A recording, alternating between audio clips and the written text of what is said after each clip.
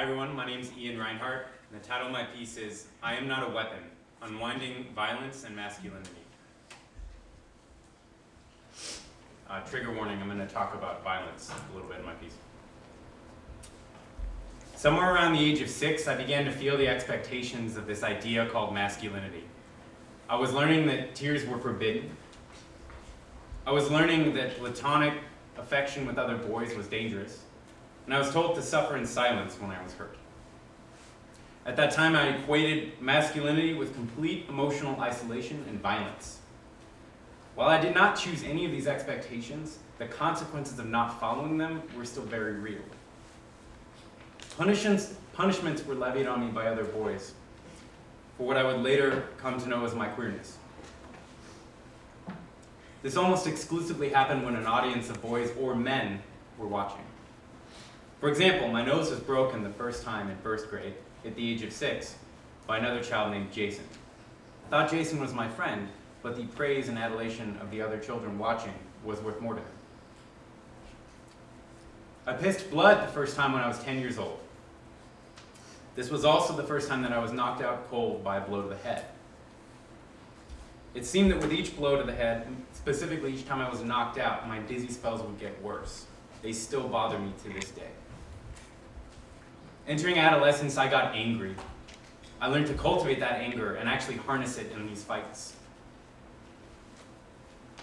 Once, when I was 12, I blacked out and came back with my hand around another boy's throat, his bloodshot eyes staring back at me in terror, his smirk stolen from his face. He never threatened to rape me again. And I felt disgusted with myself because I did not want to hurt people. I was taught by this culture of boys and men around me that all other feelings were forbidden except anger and lust for cisgendered women. And adults only saw as much as they wanted to, and their inaction was, of course, part of the problem. I'd have to say that I blame the homophobic, violent, often predatory idea of masculinity that I grew up with for this feeling that I had, that I was trapped somehow. See, I didn't want this unhealthy masculinity that my peers were forcing me into, but I also saw no other choice. When I disobeyed, I was punished. If I was not growing up to be a man, then what was I? I didn't fit. I must have been broken. As a result of my notion of manhood, my very identity became intertwined with violence, and I couldn't see how these hands could be loving and caring when they knew how to hurt so well. I felt like I was sacrificing a piece of my humanity each time in exchange for my own safety, and my body was being molded into a weapon, into an object of pain. In my judgment, many of the other boys that were perpetrating this violence on me were dealing with some of the same struggles. Later, about 4 years later, when I was 16, I didn't want to become part of the staggering statistic of 80% of youth suicides that are male, but I had convinced myself somehow that this was how a man would leave the world. Yet when I was in that closet, I couldn't move. My vision blurred by wet emotion, the palm grip stippling, digging in my calloused hands, the metallic taste of gun oil on my tongue as I held the business end of a .40 cal in my mouth. And then I heard it. Meow. A high-pitched meow of a 3-month-old kitten. She sat in the entrance to this closet, looking at me expectantly. And in that moment, strangely, I was only thinking about how she needed me. I had to change her litter box or feed her or something of the like. And that made me feel connected to something and grounded in that moment. And it was enough to stop me. One of my mentors, I had a lot of mentors at that point in my life that stepped in and changed the trajectory of my life. One of them was named Dave Cash. Try to imagine a 65-year-old ex-Navy SEAL with a to-the-point, nothing-held-back sense of humor teaching mathematics to high school students, okay? He was 5 feet high, about 4 feet wide at the shoulder, and like Johnny Bravo, if you remember that cartoon, he was solid muscle. All right?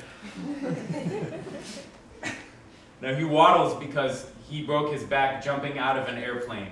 I'll repeat that. He broke his back jumping out of an airplane because that's things that he does. It's a thing that he does.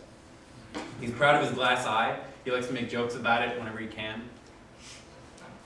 And in a meeting with me once as a sort of advisor, he got serious, right? And he asked me, how am I going to improve my grades? Because they were dropping. And I thought for a second, God, I guess I could stop going tango dancing. And he just stared at me with his good eye. I think it was his right eye. And he said, you're telling me I've got to get in front of all of your teachers and tell them that one of my students is going to clear out his busy schedule of tango dancing so we can do some homework? A minute later, we were dancing in the room together, okay? And I had to show him the ropes of Argentine tango, right? I had to prove that I've been going dancing 6 hours a week. Anyway, we were just cracking up the entire time. And so during this lovely dance that we were having, and of course, I was leading him, through some boleos. But anyway, it's cool seeing an ex-Navy SEAL do some tango. But anyway, and another teacher poked her head into the room and was asking for something. Hey Dave, do you have that? When she saw it, she stopped dead in her tracks. I mean, she looked profoundly confused and lost. And she just backed up slowly, letting the door close. I never heard about it again from her. And we just laughed harder. Now, Dave listened to me when I needed someone to, especially when I had stress about finances back home. He also kept me involved in a physical training group that he had, which helped me feel stronger and ultimately safer. And that was profoundly healing. Another thing, he looked like a man's man, right? The Johnny Bravo image. And he gave me this humor in his presence. And when he touched me, it wasn't violent. And that was really important. I remember later that year when my school counselor, George, made a mark on my life.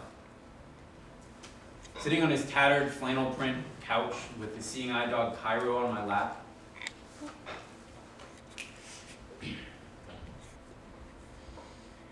I spoke with him about my struggle with depression. When I mentioned the gun, he tore his shades off and put his face within inches of mine. And while I studied the intricate topography of his white orb eyes, he peered straight into the very depth of my being. And in that moment, we were human, not men. The room was a mundane backdrop to such a surreal experience. His vision was not limited by mere photon excitation of retina chromophores. He saw me in a way that made the room evaporate.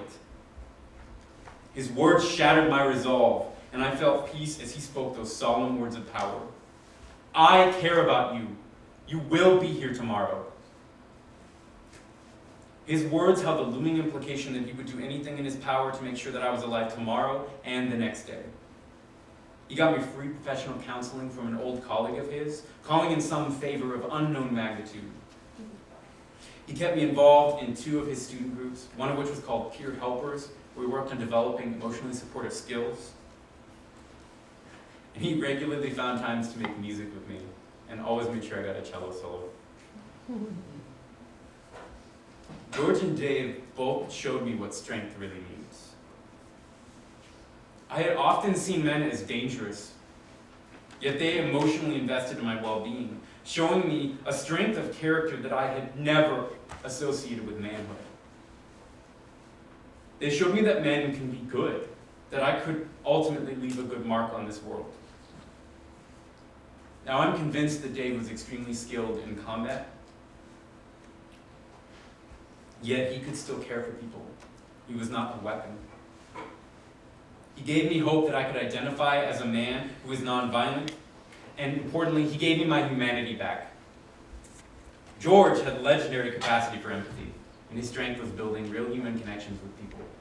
I always envied his ability to support people in emotional distress. Today, I feel comfortable with my expression of self as a nonviolent man. I don't feel like a weapon most days. I do not worry about proving my masculinity to people, not in a stereotypical fashion. But I am still a work in progress. What I'm working on right now is living in my humanity. I'm left wondering how I could possibly return those gifts to someone else. I mean, I can't give them back to those people that saved my life. Maybe someday I can mentor someone. Thanks.